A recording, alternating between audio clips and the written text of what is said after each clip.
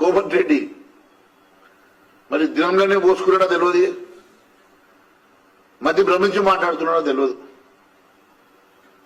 8 మంది BJP MLA టచ్లో ఉన్నారట. అసలు నీ తమ్ముడికి టచ్లో ఉన్నాడో లేదో ముందు తెలుసుకో. నీ తమ్ముడే నీకు టచ్లో లేడట.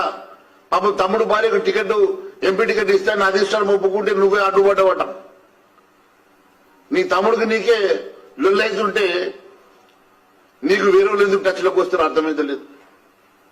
భారతీయ జనతా పార్టీ ఏ ఒక్క ఎమ్మెల్యే కూడా ఇప్పటి వరకు అటువంటి చరిత్ర ఎప్పుడూ లేదు.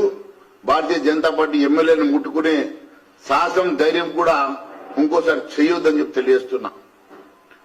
మా ఒక్క ఎమ్మెల్యేను ముట్టుకుంటే బిడ్డ 48 గంటల్లో నీ ప్రభుత్వం కూలిపోతుందని తెలియజేస్తున్నా. మేము హుందాగా ఉన్నాం. ప్రజలు ఇచ్చినటువంటి మ్యాండేట్ కి గౌరవిస్తున్నాం. కాబట్టి మేము గమ్ముగా